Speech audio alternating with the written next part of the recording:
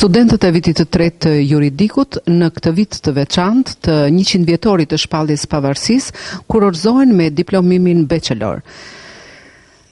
Kemi në mikrofon një nga këta student. Përshëndetje, si quheni? Jetmir Musaj, viti të tretë juridik.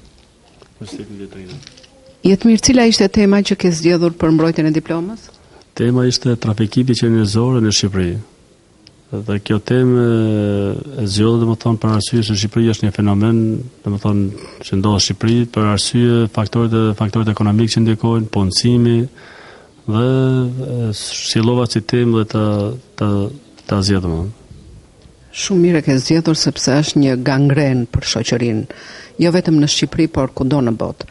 Ndaj organizatat shtetërore, ato jo qeveritare, punojnë shumë në këtë drejtim. Çfarë konkluzioni keni nxjerrë ju? Faktikisht është e vërtetë, domethënë ka përmirësime të dukshme, si qeveria, si Ministria e Mbrojtjes, domethënë Ministria e Punës dhe Sociale, Ministria e Arsimit që ndikojnë direkt, domethënë në këto organizatat jo qeveritare që ndikojnë me trajtimin e këtyre personave edhe rikthimin e këtyre, përmirësimin e jetës ekonomike, arsimimin, punësimin, rehabilitimin këtyre domethënë në Shqipëri. Si e ndjerë gjatë këtyre 3 viteve këtu në kampusin universitar Vitrina? Shumë mirë, cilësia mësimdhënie shumë e lartë, pedagog domethënë gjithë të kualifikuar, mësimdhënie dhe gjithë domethënë shumë mirë. Do vazhdoni master apo? Po, sigurisht që po do vazhdoj me master.